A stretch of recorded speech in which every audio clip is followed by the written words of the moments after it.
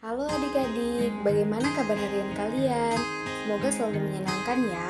Tetap semangat dan selalu jaga kesehatan. Sebelum kita memulai pelajaran ini, jangan lupa untuk berdoa terlebih dahulu.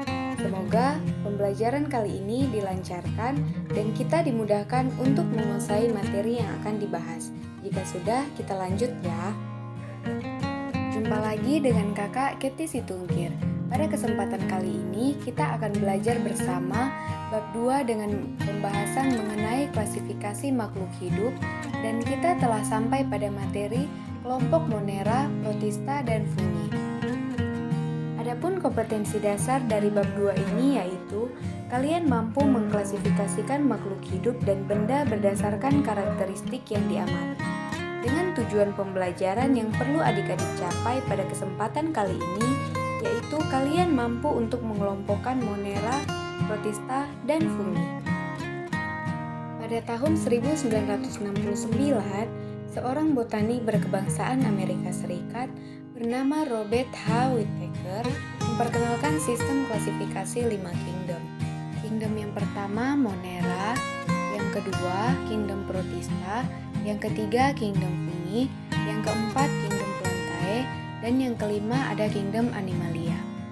Pada kesempatan kali ini kita akan membahas tentang Kingdom Monera, Kingdom Protista, dan Kingdom Fungi. Kingdom yang pertama itu ada Monera, berasal dari bahasa Yunani Moneres yang berarti tunggal. Kingdom Monera memiliki ciri-ciri selnya tidak memiliki membran inti atau prokaryotik. Nah, meskipun tidak memiliki membran inti, organisme ini tetap memiliki bahan inti. Bahan inti tersebut berupa asam inti atau DNA. Bersel satu atau uniseluler, mampu berkembang biak dengan cara membelah diri, ada yang dapat bergerak berpindah tempat, ada yang dapat membuat makanan sendiri atau autotrof, organisme yang dapat mengubah bahan makanan anorganik menjadi organik dengan bantuan energi cahaya matahari dan kimia. Monera terdiri dari bakteri dan cyanotita atau alga biru. Bakteri memiliki ciri-ciri tidak memiliki membran inti sel, berukuran sangat kecil atau mikroskopis, bersel satu atau uniseluler, bentuknya bervariasi, memiliki peran besar dalam kehidupan di bumi. Bakteri berkembang biak dengan cara membelah diri. Beberapa bakteri ada yang berklorofil dan mampu melakukan fotosintesis atau bakteri hijau. Bakteri ada yang menguntungkan dan ada yang merugikan bagi kehidupan manusia. Bakteri yang merugikan contohnya itu seperti bakteri Mycobacterium tuberculosis yang menyebabkan penyakit tuberkulosa. Bakteri Mycobacterium ini hanya dapat dilihat dengan menggunakan mikroskop elektron. Nah, jika menggunakan mikroskop cahaya, maka penampakan dari bakteri Mycobacterium ini akan terlihat sangat kecil sekali. Yang selanjutnya ada bakteri aerob obligat. Organisme yang membutuhkan matahari untuk tumbuh dan parasit intraseluler fakultif yang berukuran mikro dan memiliki waktu generasi yang lambat antara 15-20 jam. Yang selanjutnya ada bakteri Salmonella typhi yang dapat menyebabkan penyakit tipes. Adapun bakteri yang menguntungkan adalah bakteri Escherichia coli yang berperan membantu memproduksi vitamin K melalui proses pembusukan makanan. Hidupnya di usus besar. Yang kedua ada bakteri Lactobacillus casei atau yang terdapat pada Yakult, dan bakteri L. bulgaricus dan Streptococcus thermophilus yang terdapat pada yogurt.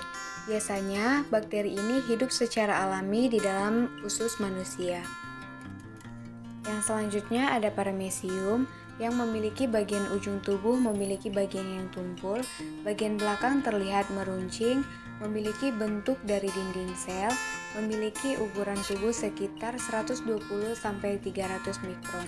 Yang selanjutnya Entamuba histolytica merupakan protozoa parasit yang dapat menimbulkan penyakit sejenis parasit golongan protozoa usus yang sering hidup sebagai mikroorganisme komensal di jaringan usus besar manusia. Biasanya dapat menyebabkan penyakit diare. Nah, yang ketiga ada Plasmodium malariae. Biasanya dapat menyebabkan penyakit malaria dan terdapat di sel darah merah. Yang selanjutnya Cyanophyta atau alga biru. Cyanophyta ini memiliki ciri-ciri. Alga biru adalah satu-satunya ganggang yang tergolong dalam kingdom Monera divisio Cyanophyta. Merupakan mikroskopis. Ganggang ini bersel tunggal atau berbentuk benang, memiliki inti prokariotik atau tidak memiliki membran inti. Berkembang biak dengan cara membelah diri, memiliki klorofil sehingga bersifat autotrof atau mampu membuat makanan sendiri melalui proses fotosintesis.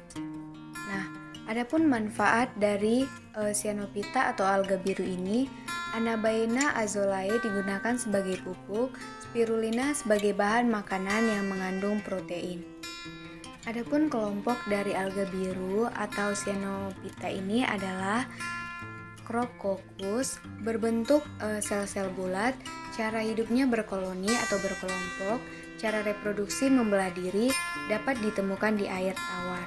Nah, yang kedua ada Gloeocapsa. Sel-sel hasil pembelahan ada yang langsung memisah, ada yang tetap tergabung membentuk koloni.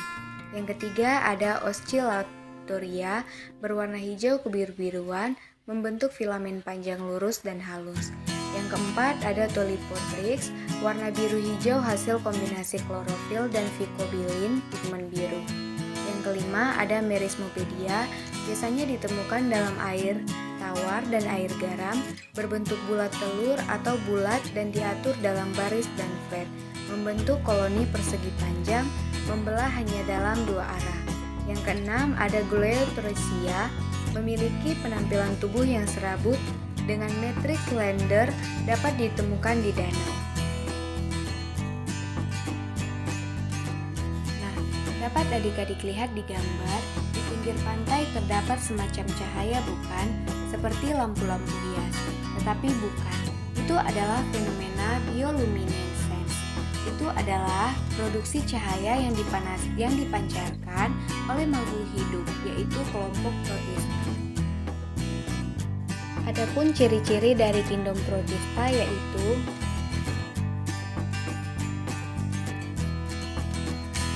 adapun yang termasuk ke dalam contoh kelompok protista yaitu